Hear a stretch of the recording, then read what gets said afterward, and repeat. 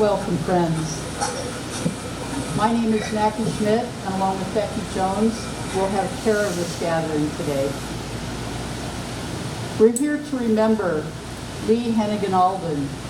In the manner of Quakers, we'll use the meeting for worship as a space to hold our remembrances. This is a meeting of thanksgiving for Lee's life, for the Lee that we knew and loved, and whose life was such a blessing in ours. Quakers gather for worship in listening and in silence, in expectant waiting. It is our understanding that that is a way for each of us to have a direct connection with God or Spirit through that inward listening, and that out of that, some of us may speak. Any one of us may speak or remain silent as the Spirit directs.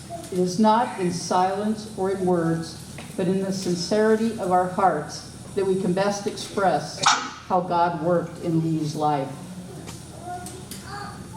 The responsibility for the spiritual depth of this meeting lies with each one of us, those who speak and those who are silent.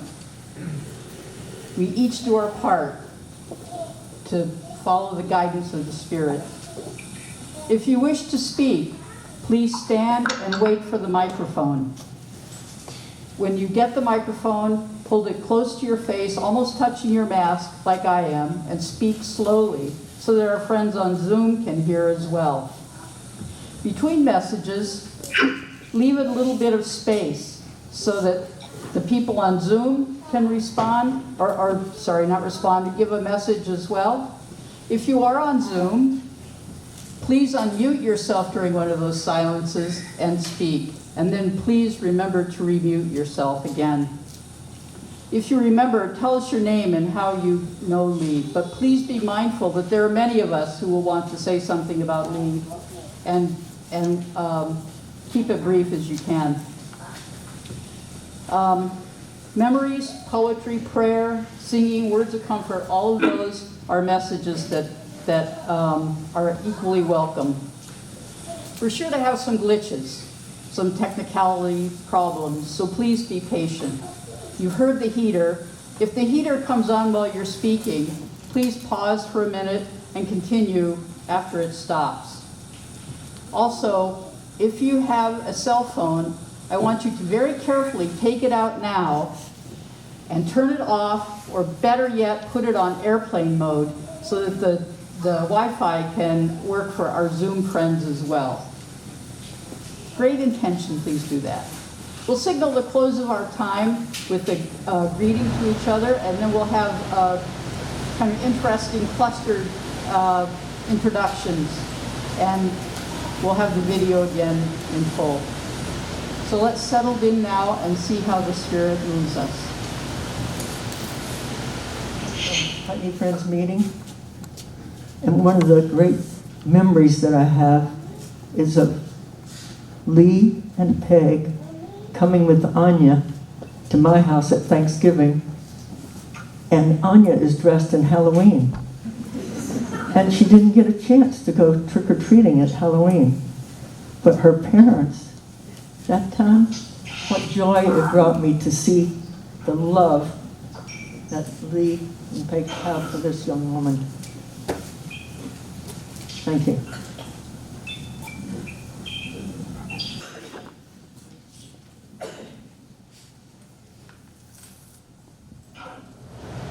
Linda, go ahead and speak when you're free.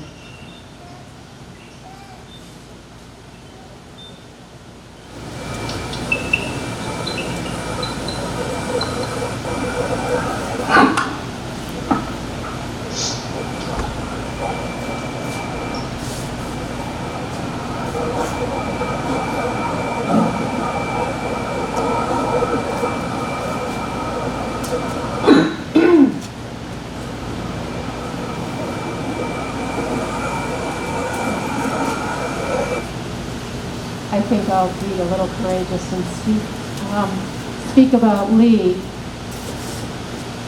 I guess I'm just going to say the whole process of coming here, I, of course, like all of us, have been holding Lee in my heart and thinking about her. But I thought maybe I would text Carol, who was my partner years ago. Lee and I did a civil union, and it was lovely, one of the highlights of my life, actually. And she was just so lovely in the process and came and visited with us and shared her, I feel like, her bright light and holiness and humor. But at any rate, I texted Carol and I said, hey, how about if we go together? Just in honor of Lee, and to say, you know, here we are together again. And coming over in the car, Carol said something to me that I thought really is about Lee. Hi, I'm Carol O, as some of you may know. That's what I'm known as around these parts. Speak up. It's wonderful to see all of you here in tribute to this amazing woman. Yeah, Gemma and I were civilly wed back in the day when it was just begun here in Vermont. And Lee was the one, the angel, who wed us down at Solar Hill in Brattleboro.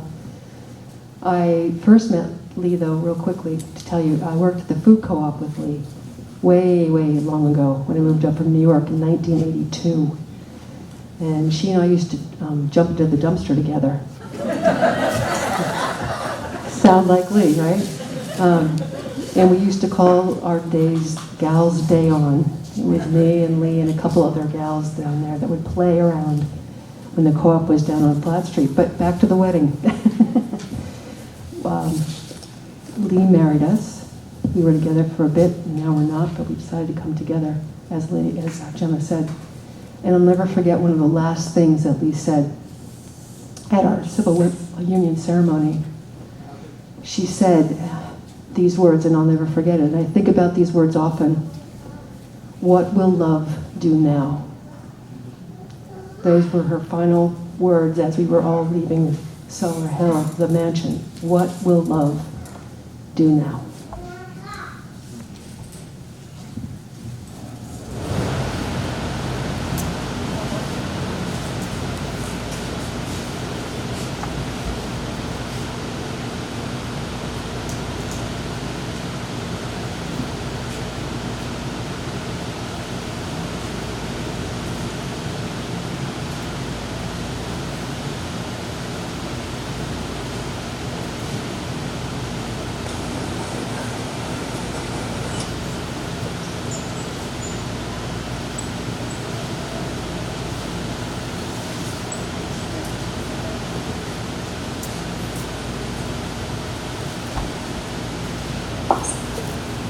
Hi.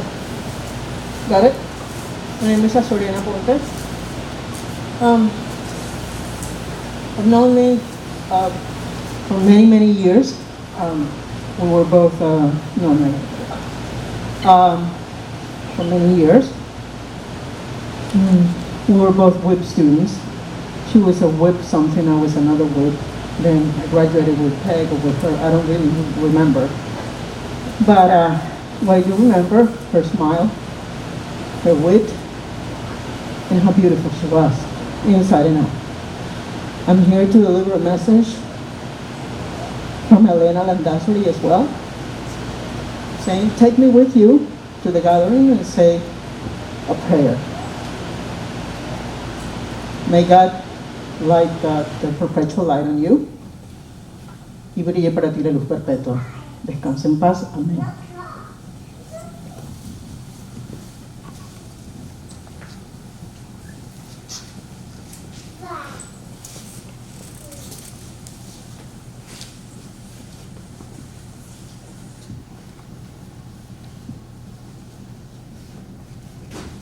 Linda, on Zoom, you have your hand raised. Would you like to speak?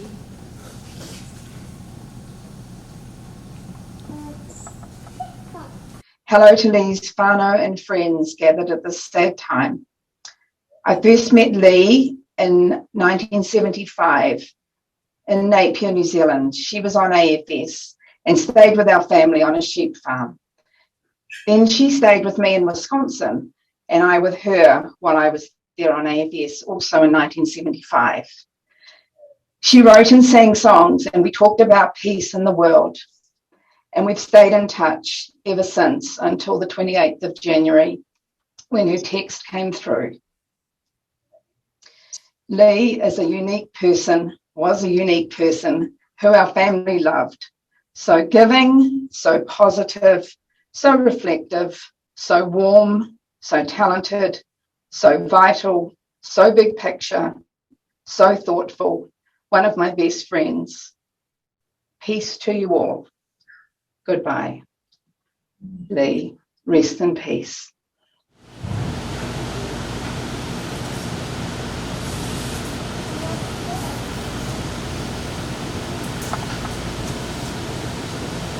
My name's Lanny Wright, and I met Lee when she came on board the SID admissions department to sell the 2-year World Issues program.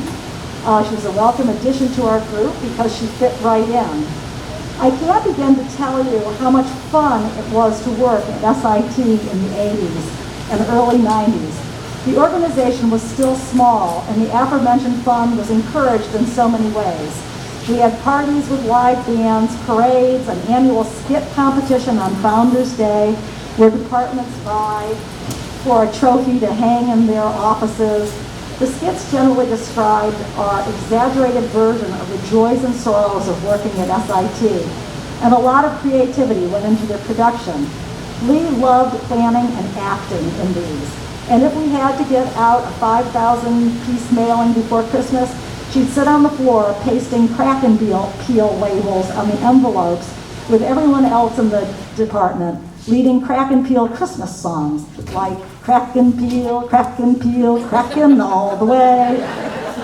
Our boss, Jai Sharonda, who was named after his favorite goat at the Radical Ferry commune he lived at for a while, started our weekly life story lunches. Every Thursday, we'd gather to eat together and listen to one of us, there was a sign-up sheet, tell their entire life story with photos, memorabilia, props, and poetry. We really got to know each other, and in fact considered ourselves to be a family. This family even had a name, the Leone family.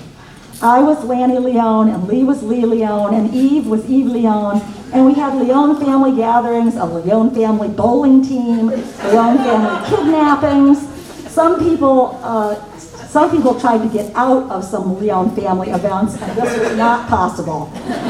Oh, Lee, you blessed us with your beautiful smile, your infectious laugh, like Guru Mai whom she followed when we first met. She radiated love.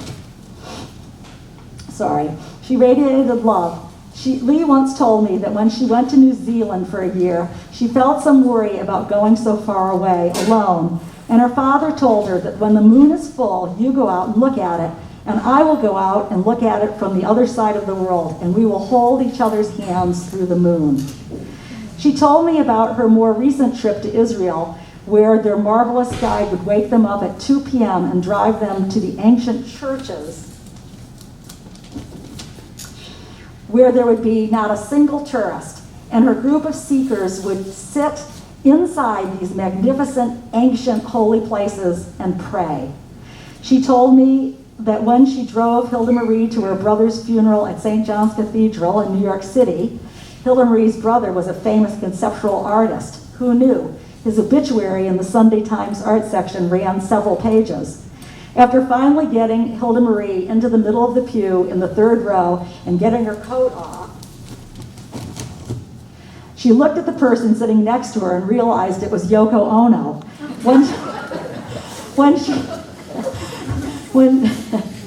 Whom she told me was a really lovely person. Oh, Lee, you will never leave any of us who loved you. You're so central to our spirits, our stories, our understanding of the world. Lee not only went to New Zealand, she can speak Maori. I hold you in peace and love, and will look for you on the face of every full moon.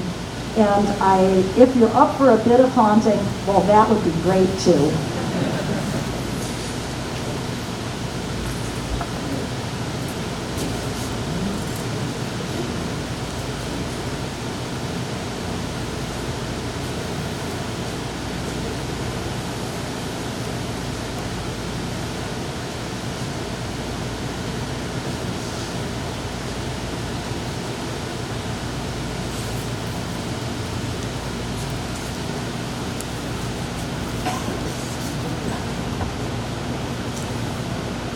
Hi, I'm Sophie, good friend of Anya's, real quickly.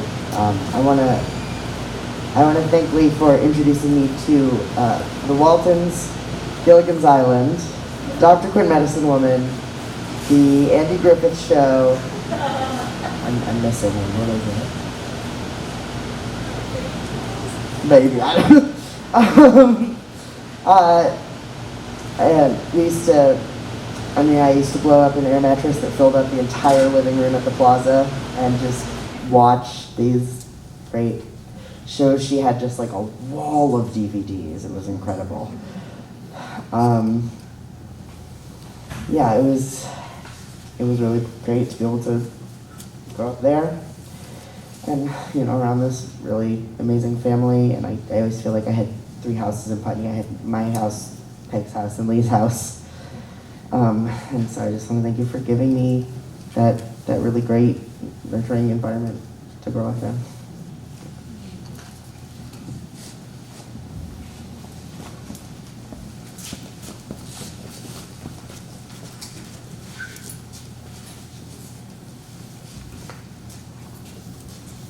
So I knew Lee from Landmark College. We worked very closely together, and we became fast friends. And I'm sure all of you have heard of chaos theory. And the chaos theory is that if there's a butterfly flapping its wings somewhere in the world, though that butterfly is affecting everything else in the world in some way. And Lee is a butterfly to me. She influenced everyone she touched. She brought her beauty, her delicateness, everything that resembles a butterfly to me. But she also, like a butterfly, is always seeking, always flipping from one flower to another and trying to find that moment of truth and that moment of compassion in every part of her life. And that's something that will always resonate with me, is that sense of butterfly. And I remember one of those moments of seeking when she called me up. It was pretty late at night, and she's like, "Anissa, I think I'm drunk." And I'm like, "Really?" She's like, "Yeah." I said, "Well, how much did you have to drink?" She's like, "Well, I think I had like a half a glass of wine, and I'm just not feeling very well." And I'm like, "Wait, you've only had a half a glass of wine?" She's like, "Yeah, I'm not doing well." So I drove from Saxons River, Vermont, down to Brattleboro to pick her up, and because she had this half a glass of wine, brought her home that night, and she crashed on my couch, and that was just, it was wonderful. I was able to give her some saltine crackers, and she was fine, and we really had a wonderful evening together, just discussing life and finding that beauty in life. She's my butterfly.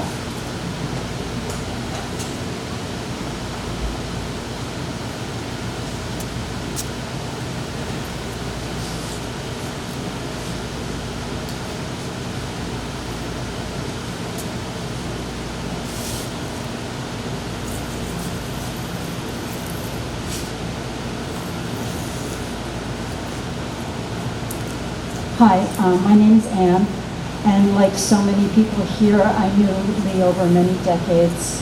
I first met her in the 80s outside the post office in Brattleboro. I'd seen her around town, and I couldn't take my eyes off of her because of her resemblance to a very close friend of mine who lived out west. I had met this friend living in the Netherlands when she and I had been teenagers.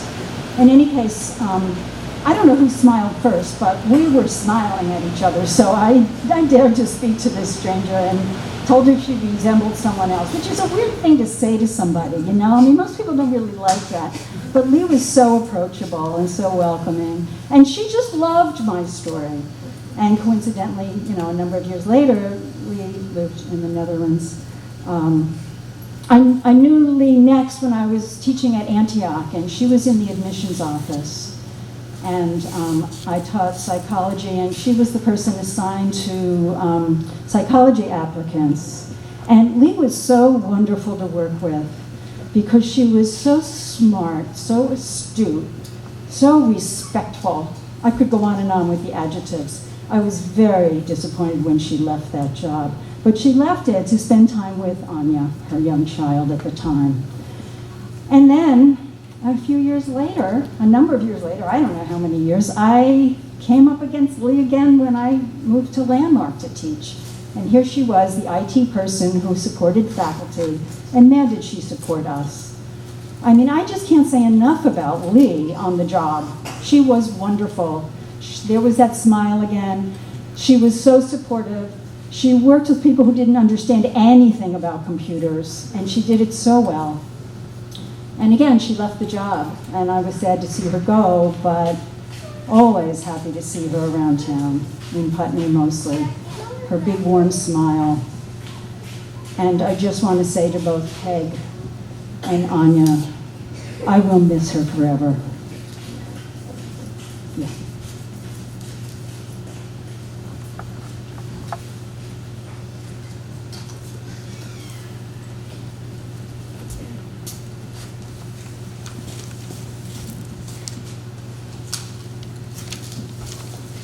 My name is Leslie, and I knew Lee from the work of Byron Katie. And so probably for about 20 years.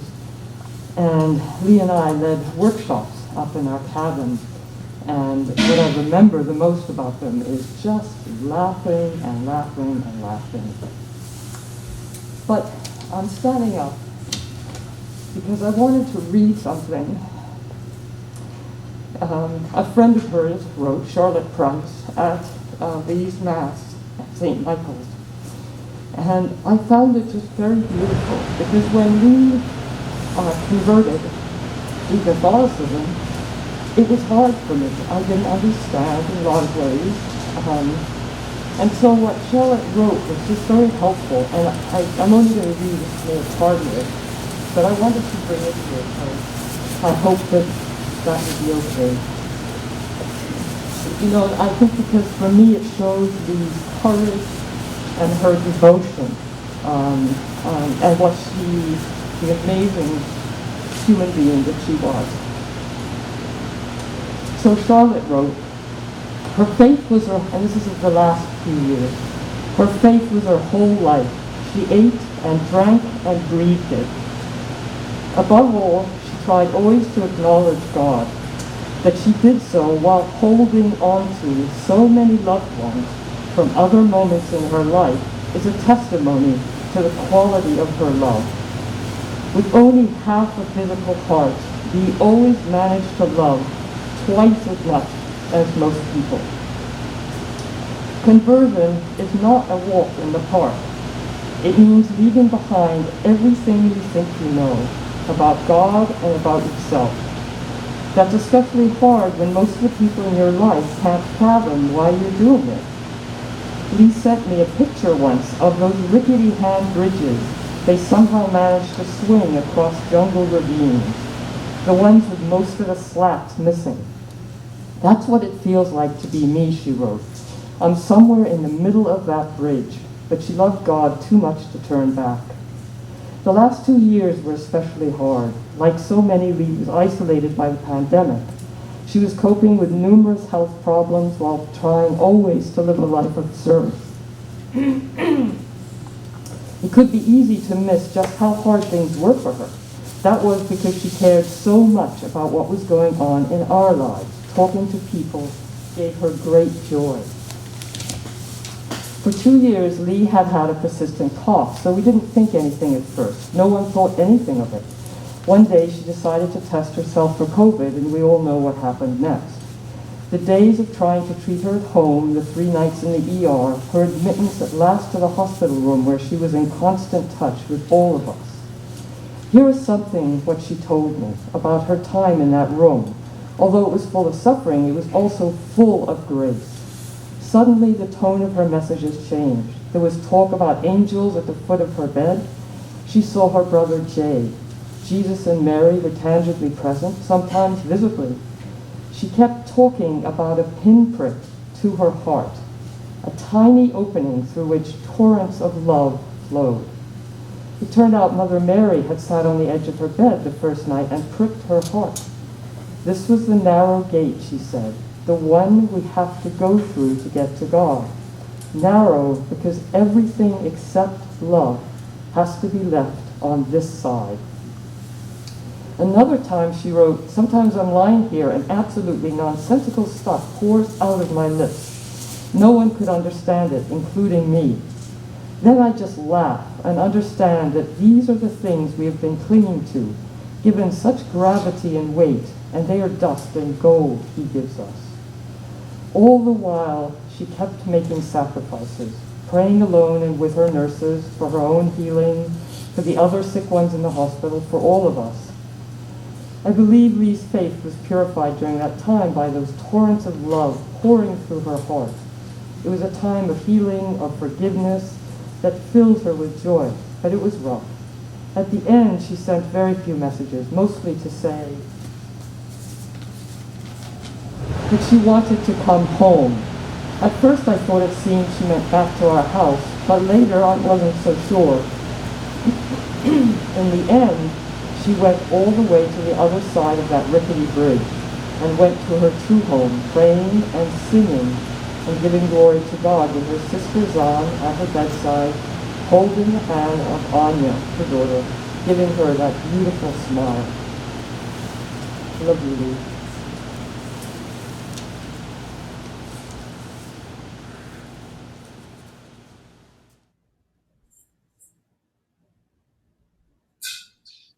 Jay and Janet on Zoom. Hi, I'm Janet, and the first thing I want to say, I did not have the pleasure of knowing Lee when she was a young woman, so I really appreciate all those photographs. The three words that come to mind when I think of Lee are dedication, love, and joy. And the only other thing I really want to say is to thank her so much for all the years that she spent caring for my mother. That was, I don't know, absolutely wonderful and unselfish, and she was an awesome lady. Thank you.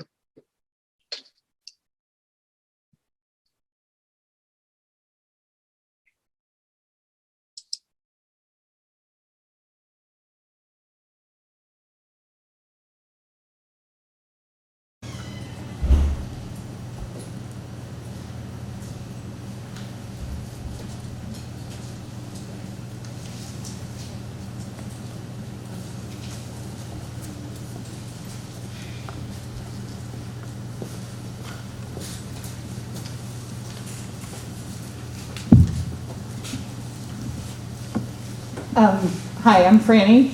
I first met Lee in the very early 80s at SIT. We worked at the co-op at the same time. And Carol, I mean, when I think about my connections to Lee, there's sort of like this crisscross that goes back and forth. It wasn't a steady line. We had children around the same age. We had similar problems around the same time. I mean, we kept crisscrossing, and that's how I think of Lee, because it was always a good, solid connection when we crossed, which wasn't on a daily or regular basis. I helped put together the memorial book. If you look at the front of it, it's all the things that people wrote on the website, on Facebook, and I was just overwhelmed with the love and the admiration and connection that people had with Lee in so many different ways, as evidenced by all the people here in the room.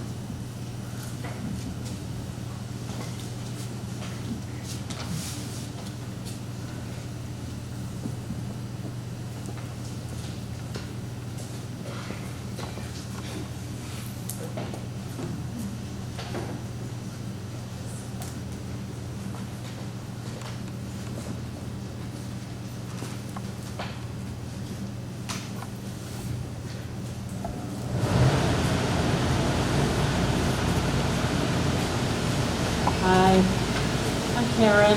I was fortunate enough to just have Lee pop into my life many years ago, and lived with Lee and Bessie, and later with Lee and Peg. Whoop. Oh, can you hear me now? So I was just fortunate that Lee came into my life many years ago. I lived with her, and then with her and Peg many years ago. Left right as they were welcoming Anya into the world, and came back and was a neighbor and a friend. I hadn't seen Lee for quite some time, but she's someone that I just always consider a very dear friend. And as I live outside the area now, so I would just want to say it's a real gift to be here with everyone and share our mutual joy of her life and sadness at her death. So it's lovely to be here with everyone to remember Lee. She always had so much. She was always so alive. That's what I keep coming back to. And it was lovely to hear her laughter at the end of the video, and her laughter and her smile have been really with me ever since I learned about her death. So I miss my friend, and it's lovely to be here with you to remember her.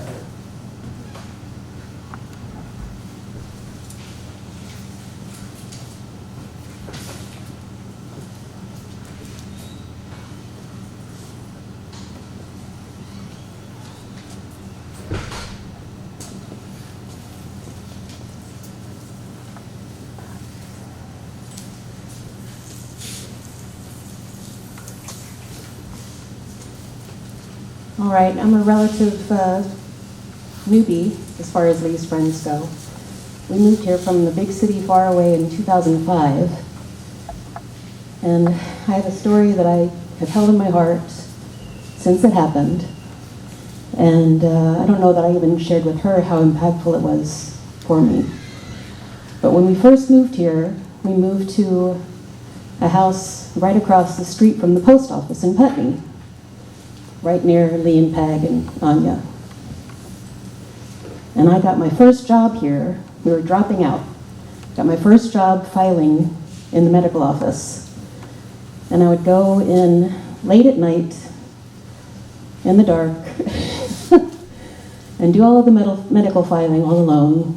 And it was a little spooky because growing up in a city, you just don't do that very much. And in Putney, I had to get used to that idea that it was safe. And I lived literally 2 doors down from the office. I'd get my husband to watch me walk over and call him and tell him I was coming back. So a little paranoid coming out of the city. But one night I was there. It was just black all around. There were windows all around. And I would sit there in my little hole and do the filing and try not to think about the blackness of all the windows surrounding me. Well, one night, about 1 o'clock in the morning, I hear a knock on the door. And I about jumped out of my skin. And I looked around, I looked at the door, didn't see anybody. Looked at my window, didn't see anybody. Fully expecting to see a scary face staring back at me. I look at another window and I see Lee's beautiful face, smiling and waving at me. And I recognized her only because we'd met, but I didn't know her well. Our kids were close to the same age, and Peg had been one of the first people we met and had done something really generous and sweet. The first day of Sally's school, when she got on the wrong bus, and I went to pick her up, and she wasn't there. So they were lovely friends. But so back to Lee, I got up the nerve to, I know she's a sweet person, I'll go open the door.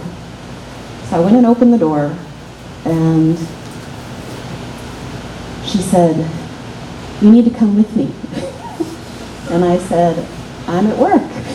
And she said, "No, you need to come with me." And so I said, okay, and I nervously, still thinking about all of the terrible things that happened in the city, locked the door and came out with her. And we walked straight up Kimball Hill, about half a mile, I guess. The whole way, she's just chattering about how nice it is to have me in town, and it's a great town. I hope I'm happy. She hopes I'm happy here. Just chatting as if it were in the middle of the day. And we get up to about half a mile up Kimball Hill, and she says, "Are you ready?" And I said, "Okay." And we take like 2 more steps, and she says, "Look to your left." And I looked over to my left, and there is the most breathtaking sight of a meadow with the moonlight and the stars and 1.5 million fireflies. And it took my breath away. And I don't know that I ever shared with her how powerful that was. When we first got to town, I didn't know anybody. And she had such a lovely, open, warm face, and would do things like that. And even, she trusted me, I trusted her. It was just a beautiful moment. And I'll miss her beautiful face. It was really beautiful and powerful. I love you, Lee. I love you, Peg. I love you, Anya.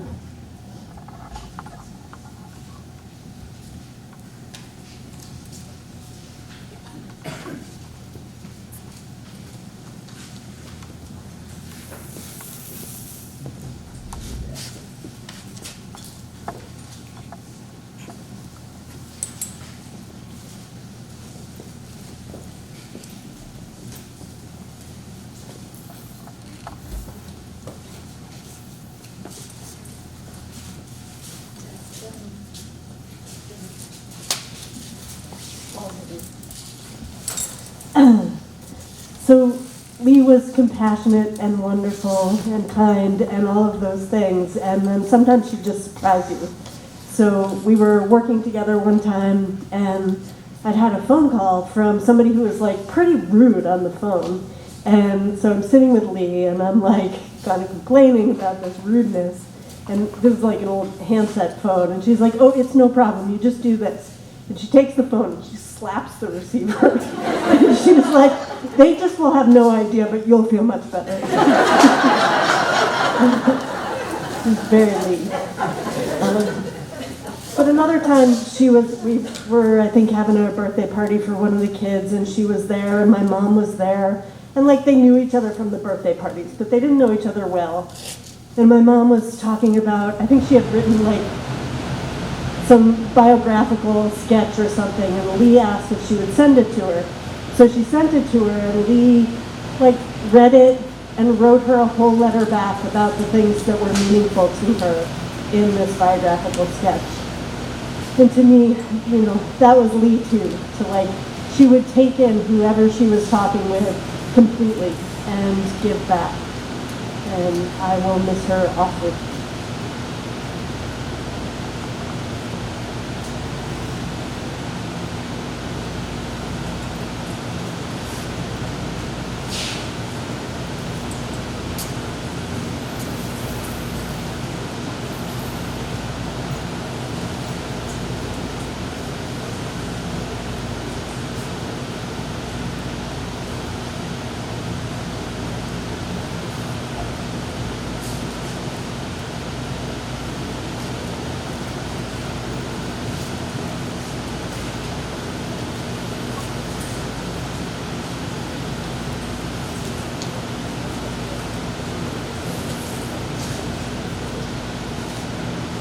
Connie Kincaid Brown, Hanover Friends meeting.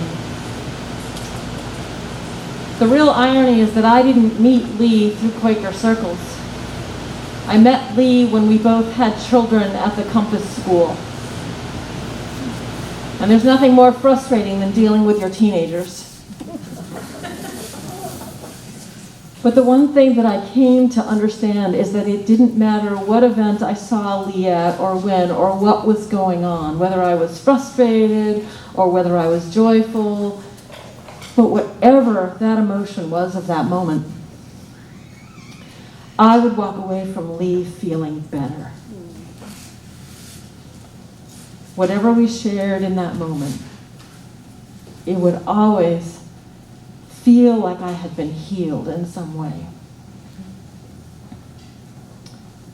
When I got the news that Lee had left us, I was trying to remember the last time I had seen her.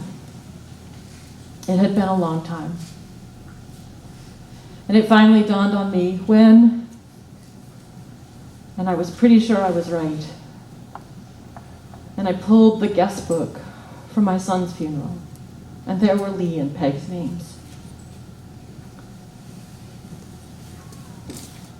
And even then, having seen Lee in that terrible moment, I came away feeling better.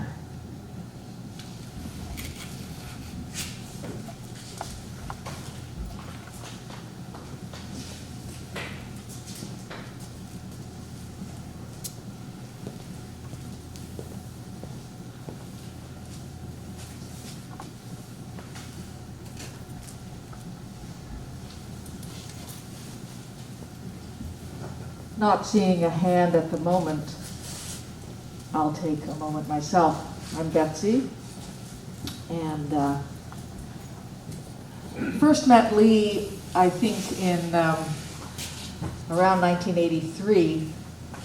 We met up at the Common Ground with Peg, and they were letting me know that they had just gotten together as a couple, or recently, and proceeded to have a long relationship with Lee over many, many years, and am very happy and fortunate to be Anya's godmother. And we went camping together, had group family, Burton Island, and full moon mystery gatherings, and many, many different gatherings. Went skiing on winter ski trips together, and lots of fun times over many, many years.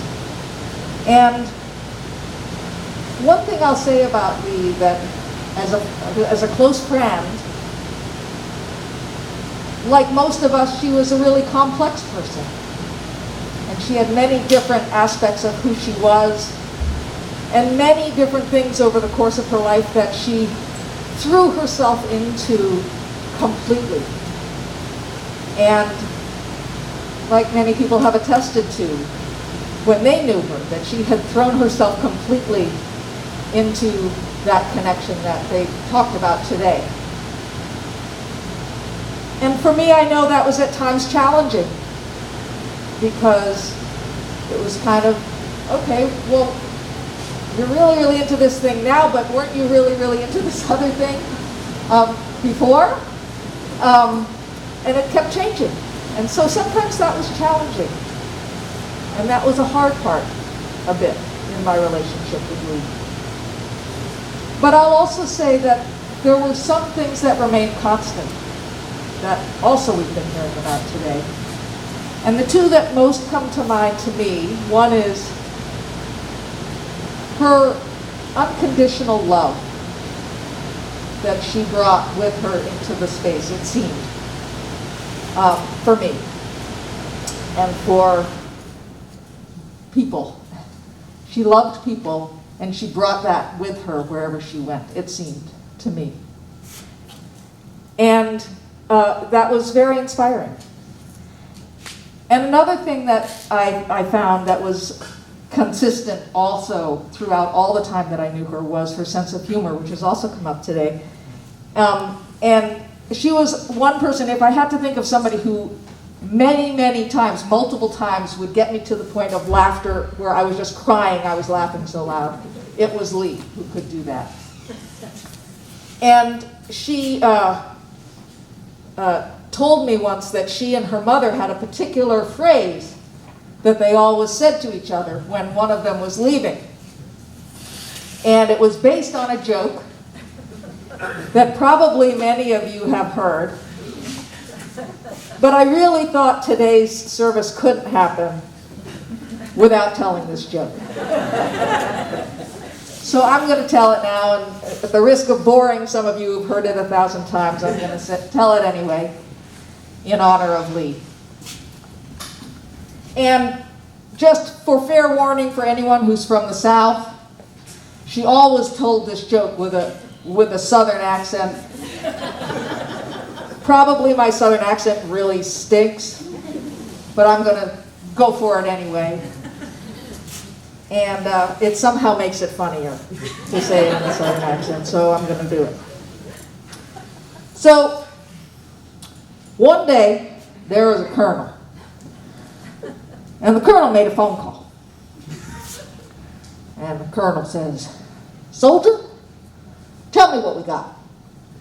And the soldier says, "Well, we got 45 big guns, 45 big trucks, and one fathead colonel's limousine." The colonel says, "What did you say?" And the soldier says, "Well, we got 45 big guns, 45 big trucks, and one fathead colonel's limousine." And the colonel says, "Do you know who you're talking to?" And the soldier says, "No." So the colonel says, "I am the colonel." So the soldier says, "Oh, well, do you know who you're talking to?" And the colonel says, "No." So he says, "Well then, bye-bye, fathead."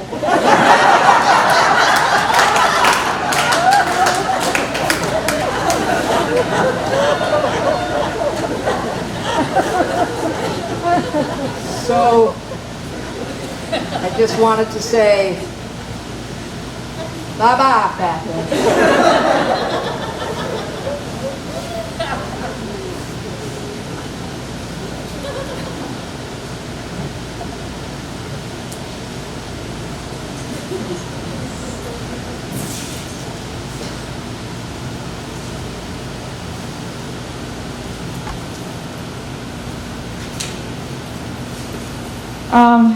My name's Lerone. You might know me as Louisa. But I was lucky enough to know Lee for pretty much my entire life. I was in kids club and pretty regular sleepovers and full moon mystery, and also was pretty much in school with Anya from preschool through high school. But I've been trying to describe Lee, my relationship with Lee, to people who don't know that context in the past couple weeks, and describing her as a friend who my parents really, one of many friends who my parents entrusted with just complete care for my sister and me, which is a really, really special thing to grow up with, and also just, I think as many people can attest to be seen by Lee was such a special thing, and to be seen as a child was particularly special. But the last time I saw Lee was about 1.5 years ago. I ran into her at the grocery store. It was one of my first times grocery shopping since the start of the pandemic, and it was a pretty anxious experience for me, and there's pretty much no one better to run into in that situation. And we were chatting, and it was really sweet because Anya, I'm sure you've heard this like so many times in the past couple weeks, but she was getting ready. I think she that weekend was going up to see you in Burlington, and she was just so excited and so incredibly proud of what you were doing with your life. And I'm really glad I got to share that moment with her.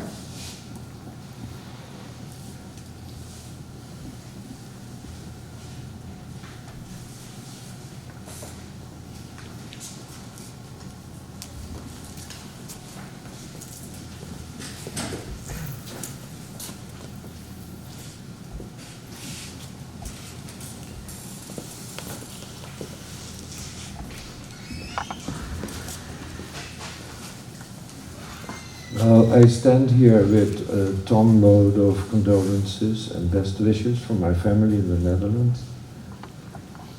We have had a hard time the last month.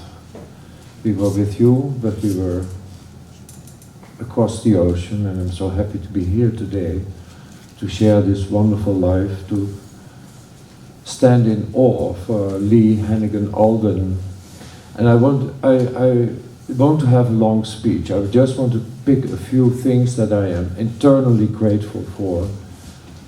And these are fundamental life lessons that Lee taught me. So she was not just a soul sister, a friend, but also to a certain degree at times my mentor. One and foremost, the most important lesson that Lee introduced me to, it was a whole new level of love that I would never have had without her, and that is the love for Anja, the love of a father for a child.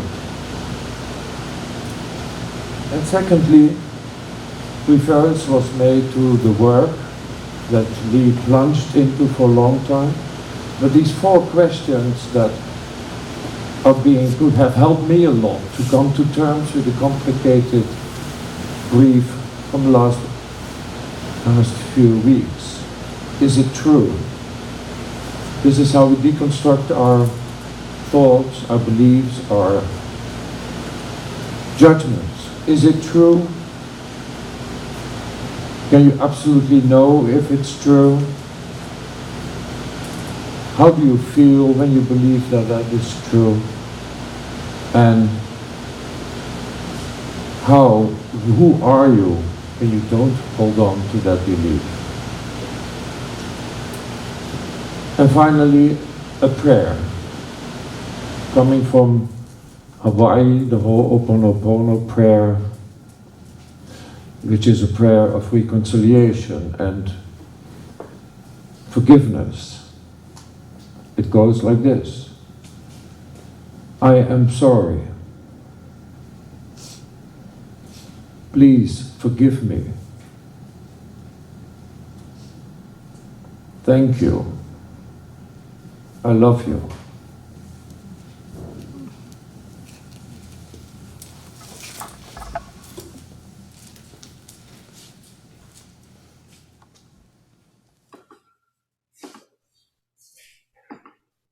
Hi everybody. Hi Anya.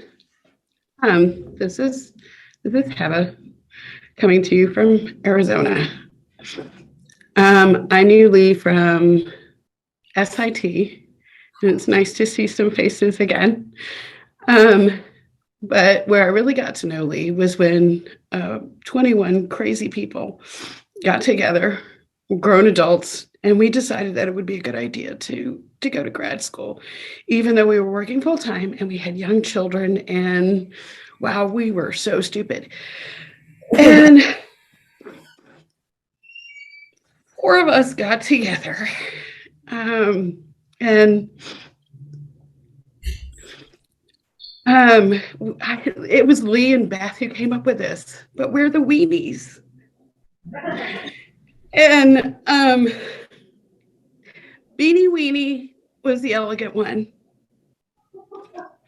Weenie Weenie was the airhead. Heenie Weenie was the spaz.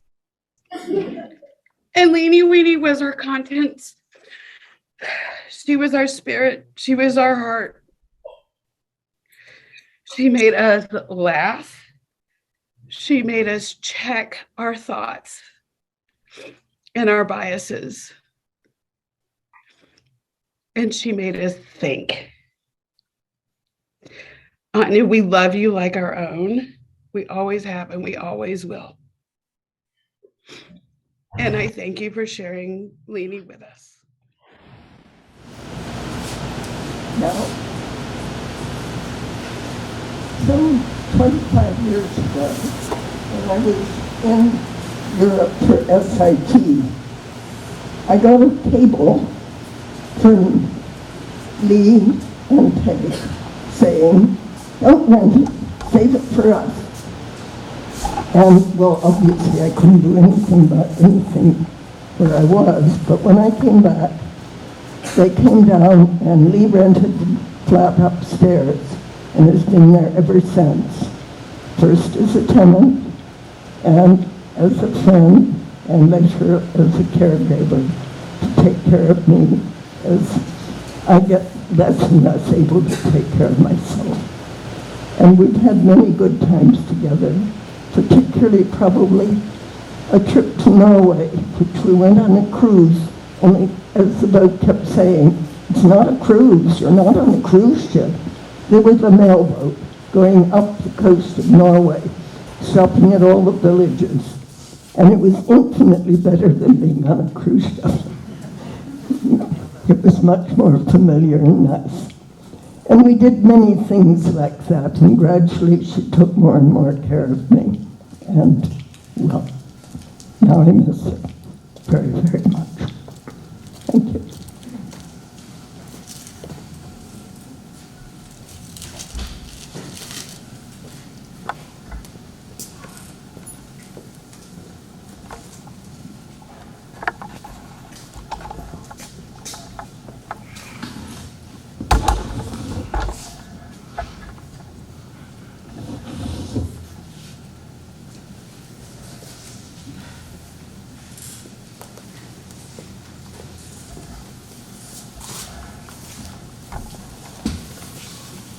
I think there are just two words that come to mind. There are a lot of words that come to mind. My name is Philip. But open-hearted courage. I just feel like when I looked into Lee's face, I felt like I didn't have to dance around anything. She was right there, honest and unafraid. And she was a great mirror for that. Thank you, Lee.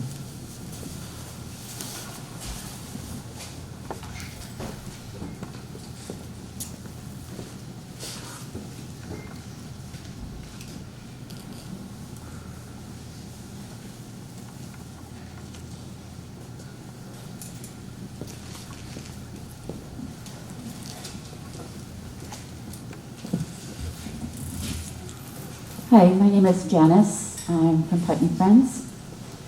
And like most of you, I don't have a long story or a short story or I didn't even have the relationship with Lee. I met her at the Putney Community Garden a number of years ago when she gardened there, and her plot was near mine. And we just, talked about our vegetables and the problems with our bugs and things like that. But I had an amazing experience with her. I just had the sense that this woman, I wanted to be near her, that she walked in the light was the words that come to me today. And I'm thinking of all the other people in Putney and Brattleboro and all the places she's been who really didn't have the kind of deep relationship that so many of you had, but it's just, I feel like I'm standing here witnessing all those people who experienced the life that she walked in.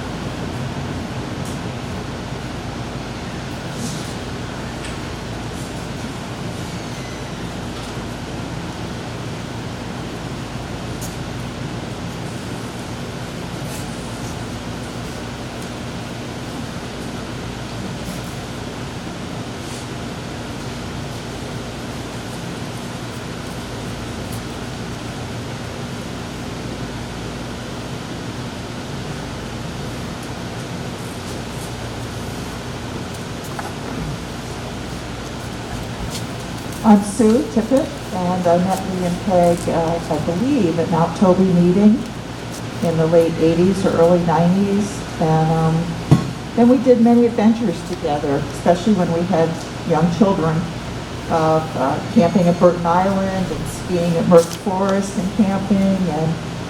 And then as our children grew up and went different ways, we lost track with each other. And about, I think it was 6 years ago, our older daughter moved to Burlington, Vermont. And so I was driving back and forth, and I would often stop at the Putney Co-op to buy some food. And of course, I run into Lee. And it became sort of a thing. When I was driving up or down to Burlington, I would text Lee and say, "Are you around?" And a lot of times she responded. And we'd get together and eat lunch or a snack or whatever, and she would always update me on Anya, and she was so proud, and it was brought such joy. And you know, it was clear that her body was failing, but the joy and the light seemed to shine brighter and brighter as her body failed. And then I came today, we went to the Incredible Co-op. Oh, Lee always told me when I bought something to use her number 8. I was like, great. So today we stopped on our way down from Burlington, coming here, and I was so sad because I thought I can't use her number anymore. And the guy says to me, "Do you have a number?" And I said, "Well, I always use Lee's number, but I don't think I can do that anymore." And he said, "No, you can." And it gave me such joy to think that they were honoring her in that way. And also, I could just hear Lee laughing. Like, she isn't even physically here, and it's still going on her account. So, I miss her.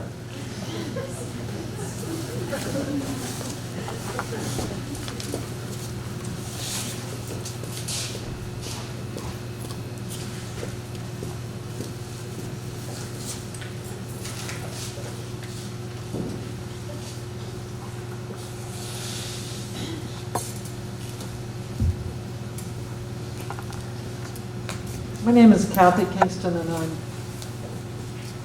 was part of Kids Club, one of the parents who had the privilege of being together with Peg and Lee and Julie and Antonia's mom. And anyways, there was a bunch of us. And I'll never forget Lee's Full Moon Mystery with the newspaper forts. And the kids formed 2 teams, and they built these huge forts out of newspaper. I don't know where she got all the newspaper, and the thing that really struck me about this was both Lee's exuberance in it, she was probably the wildest one of the group, was the fact that she kept egging the kids on. She was like, and you know, parents seemed like they spend so much time trying to calm their kids down, they don't be too wild. And Lee was like, "Go for it, why are you being so calm," or whatever. Everybody and it was just such an exuberant letting go of all of these shoulds. And it was a touching memory for me. And I think that's all I have to say. And I just love Lee. Every time I saw her, she also left me feeling better. Thank you, Lee.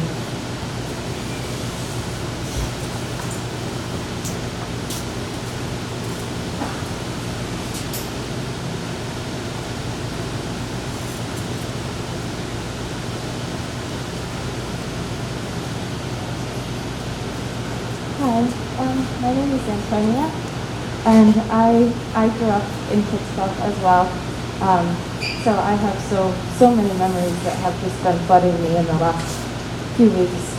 But one that's seemingly so random, but I keep remembering it over and over and over again, and I can hear Lee's voice when I remember it, is Anya and I used to just get up to all sorts of ridiculous shenanigans together. We would switch clothing when it was time to go home so that we could like trick them, because we looked similar when we were younger. And I remember one day we had torn all of the pillows off of a couch at the plaza and built this massive fort in the room, and Lee was absolutely encouraging this. I think we were singing High School Musical songs at the top of our lungs, and I remember something that she used to say all the time. She came in and she laughed and she said, "You girls are so silly." And I can hear that in my head just so often, and I'm really grateful to have had her in my life. So, thank you.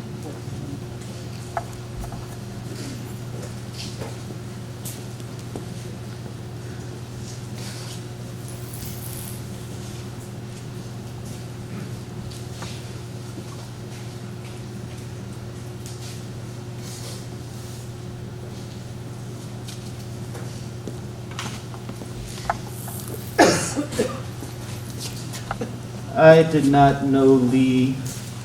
Get away from the speaker. In this body, I didn't know Lee's spirit very well, or for very long, excuse me. I've only known her for about 3 years, and I met Lee through my partner, Mel, was Lee's neighbor on Kimball Hill. And I watched Lee become a somewhat of a grandparent figure to Mel's 3 children. And it was a beautiful thing to watch that happen.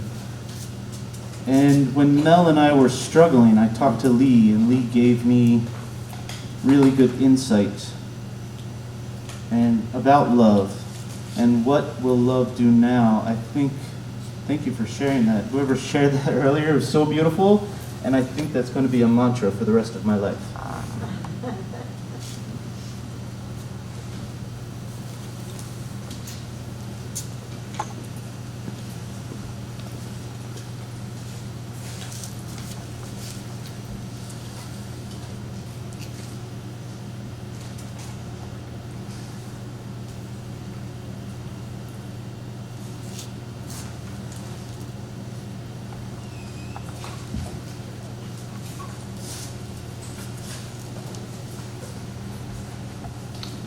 Hi everybody, I'm Julie Richardson. I also met Lee decades ago in the late 80s.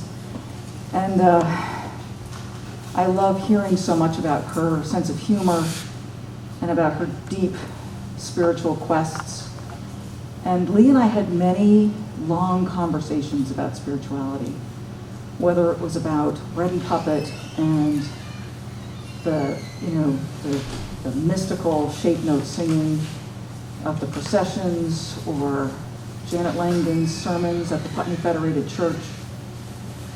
And for a time, we were sort of on a Siddha yoga path together. I was only doing that because of Lee. We made a couple of journeys to the ashram there, and I can remember Lee telling me this story about one of the gurus before Guru Mai. And she said, that this guru said, if someone hits you, you should hit them back twice as hard so that they never do it again. And I've often, I can't shake that story from my head. I've thought about it so many times over the last years, because every once in a while it seems like it could be true. It could be useful. But of course, that's not what we believe, and that's not what I believe. And I too loved hearing about, what will love do next, and about the pinprick to the heart where only the love is coming through, because that's how I think of it. Thanks.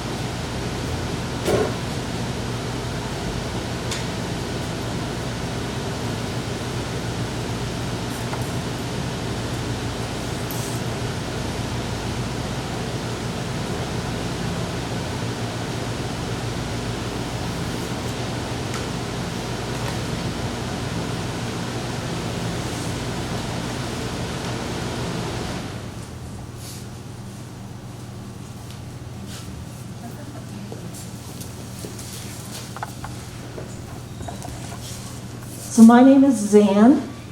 I'm Lee's sister. I'm a year and a half older than she was. And you have all been in my heart and in my dreams for the last month since Lee died. And that's because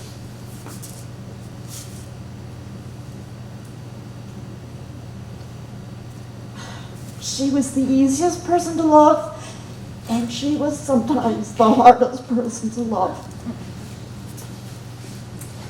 And it wasn't just me, it was her too. It's how she felt about herself sometimes. And she has been through so many incarnations in her 64 years. When she was a little girl, She wanted to be the family dog. And when the dog begged at the table, and my father would say, "Go lay down," she would get up out of the chair and she'd go lay in the dog's bed. And when people asked her what she wanted to be when she grew up, she said, "I want to be a rancher, and me and my wife are going to live on the farm, and we're going to have lots of horses." She had more proposals of marriage from men than any other woman I knew. And she turned them all down.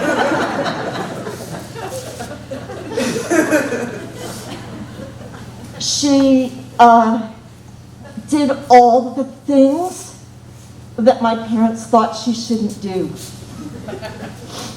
She traveled all over the world. Her first trip was to New Zealand as an exchange student with AFS. And it wasn't until after they had chosen her and told her where she was going to go that they thought to check her academic records.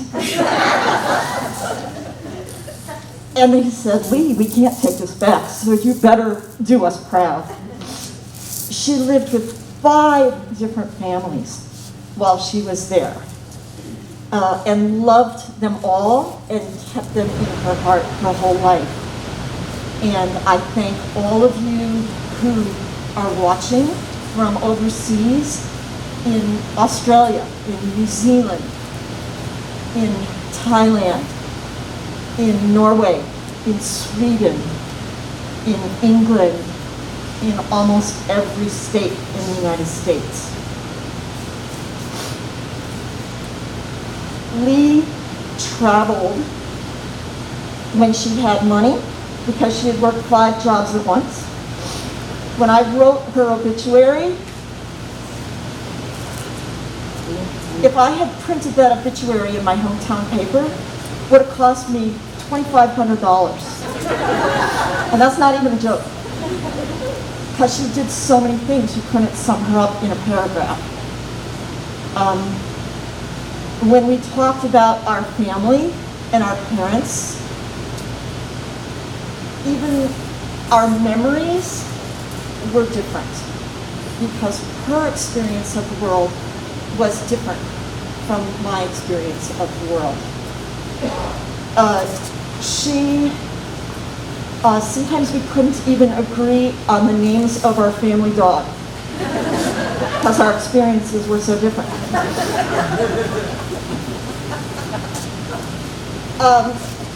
She had friends everywhere, and friends came first. They came first before work. They came first before religion. They came first before, food. She would spend every penny she had to be with you guys and to spend time with you, no matter how far away you were or what big or small reason you had of needing her. She was there for you. And many of you were there for her during her times of mental health crises, physical health crises, loneliness, feelings of unworthiness, if you can believe that. She had all of that. And it's very kind of you all to come, and to all of you on Zoom to be here to honor her. And here's why I stayed awake all those nights thinking about you guys. Most of you just knew little parts of her.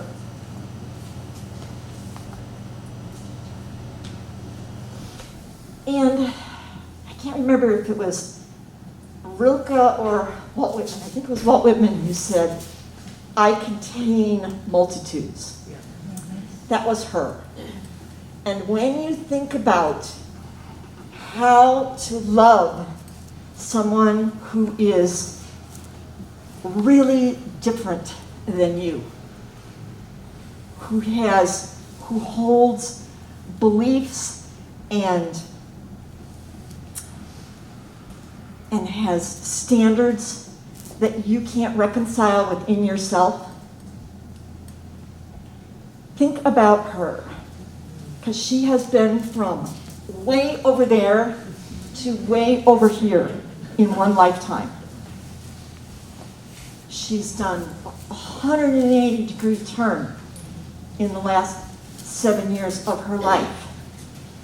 And it makes it hard to live with her and to think that you thought you knew her and you didn't know her all the way.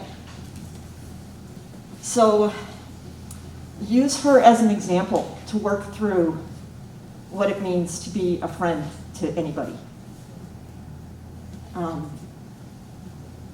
Because it's not easy being late. I'm gonna miss her.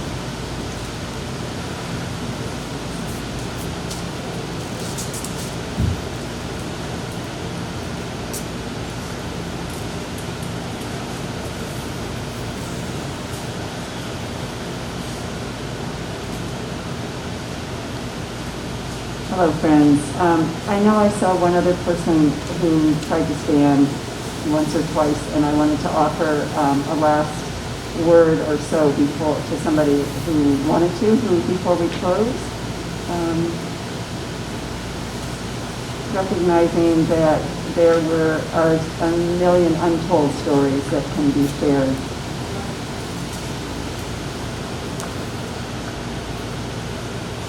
Sorry, I actually really wanted Zan to be the last one to go. Tried to stand up a couple times. I feel very led to share this, in that I shared some pretty special moments with Lee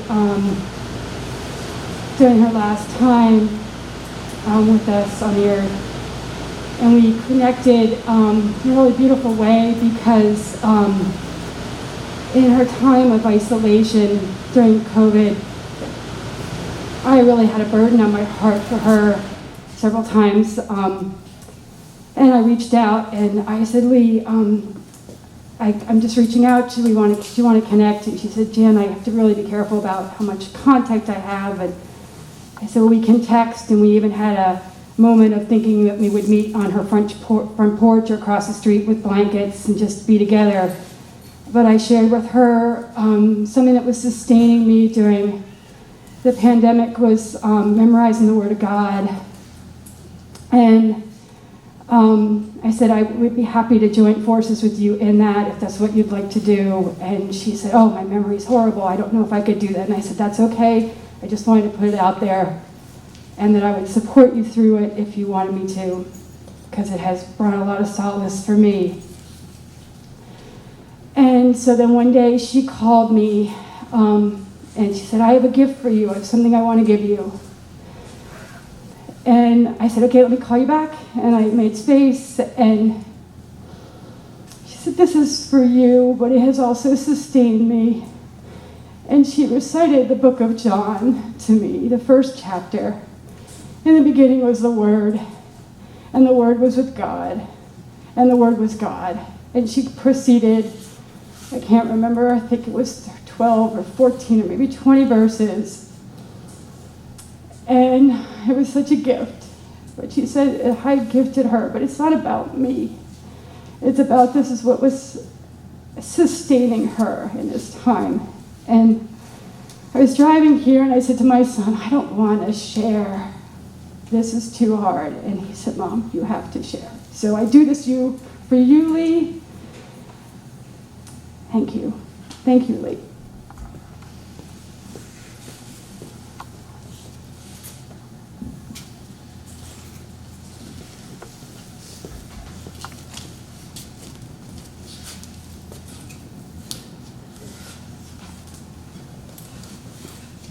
Friends, I'm Becky Jones, and thank you for being here today, for sharing your reflections and your memories and stories and jokes and wisdom of Lee. I know there are a bazillion more stories to share, and in the spirit of keeping Lee alive, I invite you to share those stories among ourselves as you leave here, but also just in your life, to remember the tears and the laughter and the joys and the sorrows that you shared with Lee. So my temptation would have been to introduce everyone here, and I was talked down from that because we've already been here for a very long time. But we do want to see how we're all connected to each other and to Lee.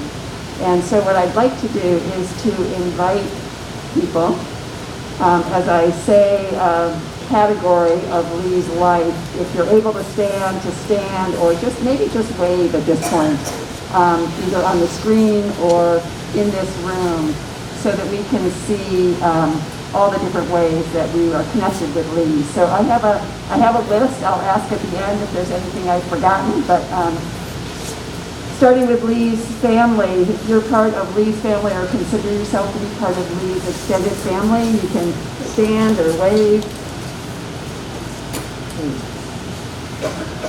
Thank you. And so then sit down. And some of you are going to be standing probably at every time. And if you get tired of standing, you're welcome to just wave. If you knew Lee from Putney,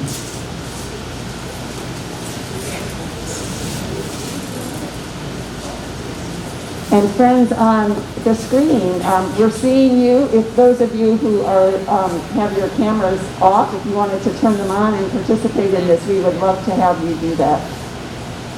If you knew Lee as a student with her in some capacity or another of in an institution or of Byron Katie, please wave your hands. All right. If you experience the outdoors with Lee.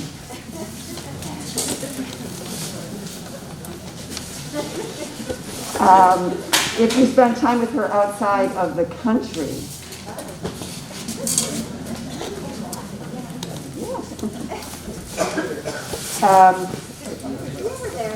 So we know that there are members of this category here. If you were part of Kids Club or Full Moon Mystery, please stand.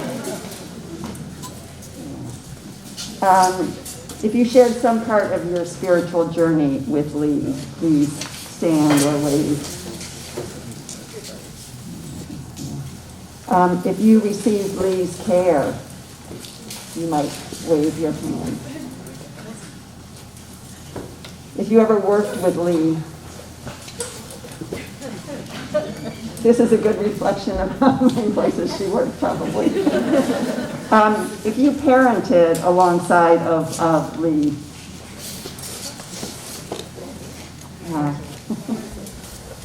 if you were at Peg and Lee's wedding,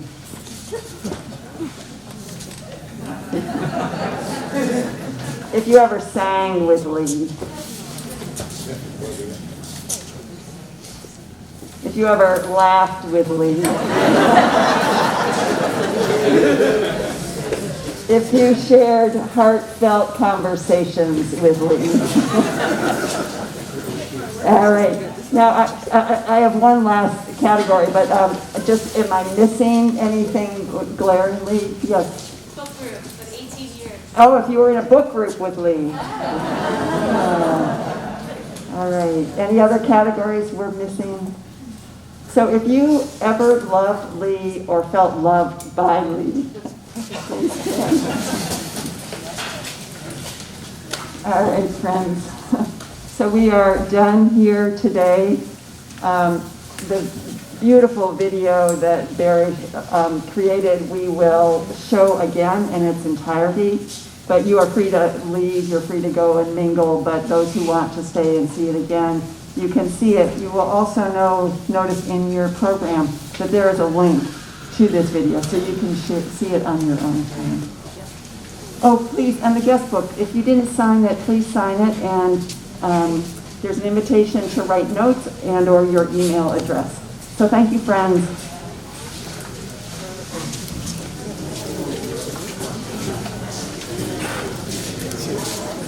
Recording stopped.